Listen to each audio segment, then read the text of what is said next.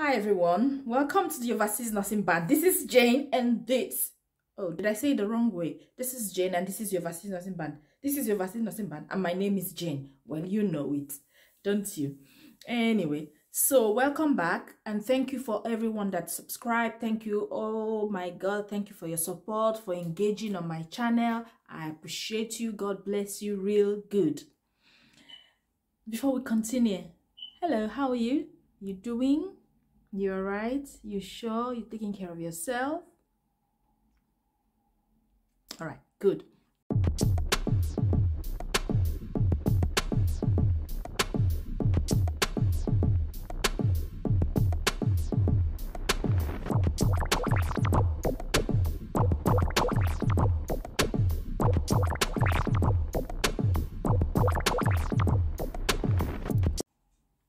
So today we're going to be discussing something different. Just a background. We know that the nursing profession is an in-demand profession, you know, and all over from time immemorial, they've always been in demand wherever you go. In Africa, America, Asia, Europe, wherever, nurses have always been in demand. But the world changed in 2019, which puts additional pressure on the healthcare systems, and the healthcare systems all over the world devise various means which to help relieve this pressure on the system. They decided they want to recruit nurses from overseas. They're doing that, but that is not enough. There's still loopholes and assistance and help to be able to meet up in this demand. And different countries of the world have devised different means as well at this point in time with the emergence of coronavirus, COVID-19, that puts the stress on the healthcare system all over the world, be it in India, in Nigeria, in Ghana, in Zimbabwe, everywhere. So much pressure was put on the healthcare system. And then one of the things that the United Kingdom have done, UK have done, is to create another means, which is called the healthcare visa. All right, you want the tea about the healthcare visa. Probably most of you would have heard about the healthcare visa. Is another means where healthcare assistant visa, UK healthcare assistant visa is another means to use to So for those of you that are interested, sit down tight and let's talk about this.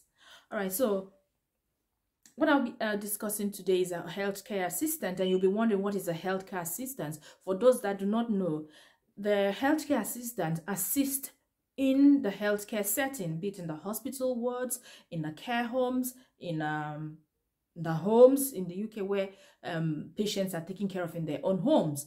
So what the healthcare assistant helps in such situations, what are they actually doing?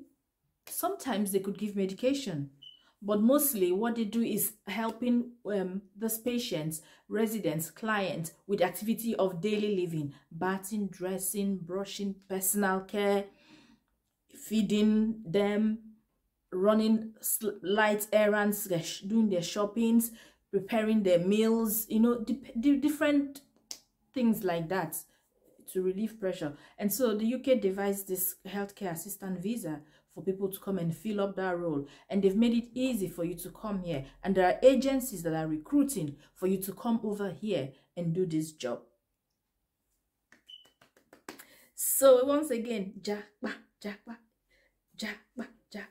anyway, so I'm just going to tell you the criteria for this visa.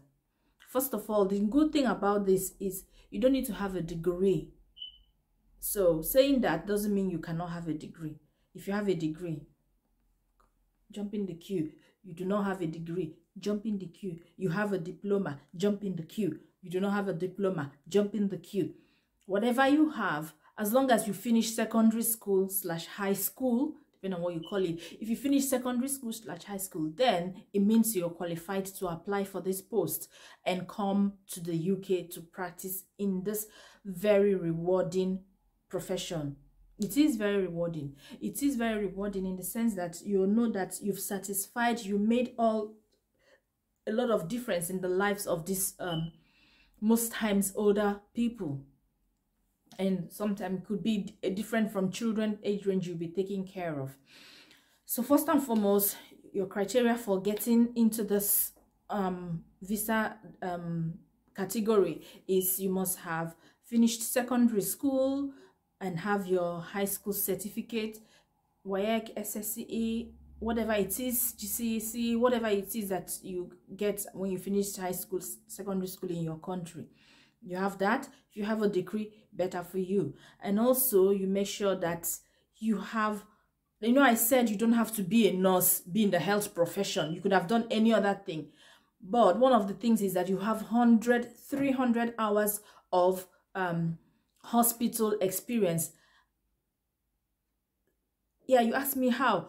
What you do is very easy. 300 hours should be about 8 weeks, 3 weeks of being posted to a ward to work and all that. Approach a hospital in your country of origin and say, I want to do, and then they can give you a certificate to say actually you volunteered and you've been able to accumulate 300 hours work experience being in our ward. So it's very simple like that.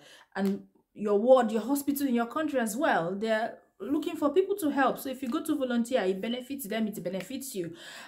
Some might charge you for it, oh well, because you're going to benefit from anyway. So it depends on each hospital in your home country what they decide to do. If they decide to say, oh, you're giving us free service, we won't charge you for that. Or they say, oh, we're putting out more time to train you and you're going to benefit from it, we're going to charge you. So that's up to them. But 300 hours, you have to have your passport or from your country of origin, you know, you have to have that. You also have to have UKVI, your Ielts, UKVI Ielts. But the thing there about this is probably you might not need it because it depends on the agencies.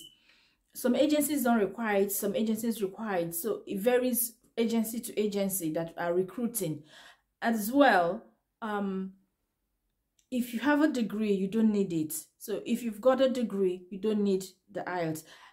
And I want to also mention it at this point that don't be scared about the Ielts because you only need 4. I think you don't need to have 7 and 6 and all those top. So it's I might be wrong, but yeah, I think it's 4 that you need to have for your reading, writing, and all that. So it's not something to be afraid of. Another thing that you need is what we call here DBS. You need to have your police clearance. So you go to the police station. What this is to say that you haven't been a criminal. You're not a criminal. If you have been and you've repented, maybe. But that you're not a criminal, that you're not a danger, you're not a terrorist, you're not on the most wanted list. Anyway, so to say who you are, you have good behavior. And you need to get references as well. You need to then put up a nice CV. I could do a video on that. If there are enough people that are interested, I'll do a CV on how to put up a healthcare assistant CV for you. And then you take it, find agencies. I can also put a link of 1 or 2 agencies that are currently recruiting for a UK healthcare assistant to come and work in the UK. So you find an agency, register with the agency, put in your CV, have your passport, have your 300 hours work experience. As well, you need to get your tuberculosis vaccination test done. What this means is if you're coming to the UK and you're going to be staying more than 6 months, you need to get your tuberculosis test to say you do not have tuberculosis. Okay, and all of this costs money, so you have to have money as well, even though it's not something you're going to do at once. Each one takes different stages, so you can say, okay, I'm paying my so XYZ amount for this month and I'm doing that. And probably if you have savings as well. And then when you have, one thing I would advise is get a driver's permit. I think I discussed this in one of my videos. Yes, I did, about how that is important to have a international driver's license, international driver's permit. What this helps you is when you come to the UK, you are able to drive with that for 1 year after you've done all your insurance and everything, 1 year until you get your UK visas, and you will know that it's really, really nice if you could drive, especially when it's the winter. Oh my God. And then it helps you if you're doing domiciliary care. You'll be going from your patient, client home, from home to home. So having a car makes life easy for you, to be honest. makes you get more work. Tips, yeah, makes you get more work, gives you more options and opportunities when you have. I don't think it's a criteria for any agency. I haven't seen any agency that it's a criteria for, but I would advise it's something you get if you're traveling out, not just for the UK healthcare visa. You're traveling to come and practice as a nurse, to come and do as a student or whatever, to Australia, to Canada, to America. Get an international driver's permit. Honestly, it will save you a lot. And then you're ready. You're ready. Usually you'll be given a training by your agency. They could send it online trainings, mandatory online training for healthcare workers while you're still in your country or after you're here. But if you satisfy all of this, then they will issue you a certificate of sponsorship, which you go for your visa, which doesn't take long. And you're here, and it's cheaper because the UK is trying to make sure you come in. So they remove a lot of costs for you. You don't pay for, what is it called, IHS, for in all of those things. And the visa is actually quite cheap for you. So I hope with this viewpoint of mine, I've been able to convince you to come to the UK. We need you. We need you. Yeah, I think that's all that you need. It's very simple and it's very straightforward to come. And so if you get all of that, so let me know in the comment section what your plan is and what else that you need. All right. And if you want me to do about CVs on help you to do a health package, a CV together, we could do that together, and I'll do a video on that. But in the meantime, I hope you find this helpful, and it could be another means of you to come to the UK. Okay, that is easy. But I want you to bear behind your mind, there are costs to this. You know, when you're writing your ID, for example, your driver's permit, getting your passport, they all cost money. So you have to, and then the place where you want to garner your 300 hours of experience, hospital experience, might also charge you. So you have that behind your mind as well when you're applying. But anyway, thank you for watching. Thank you so very much. I'm just going to say, if you've enjoyed this, can you please share? Also, comment, like, subscribe to my channel if you think you like what you're seeing.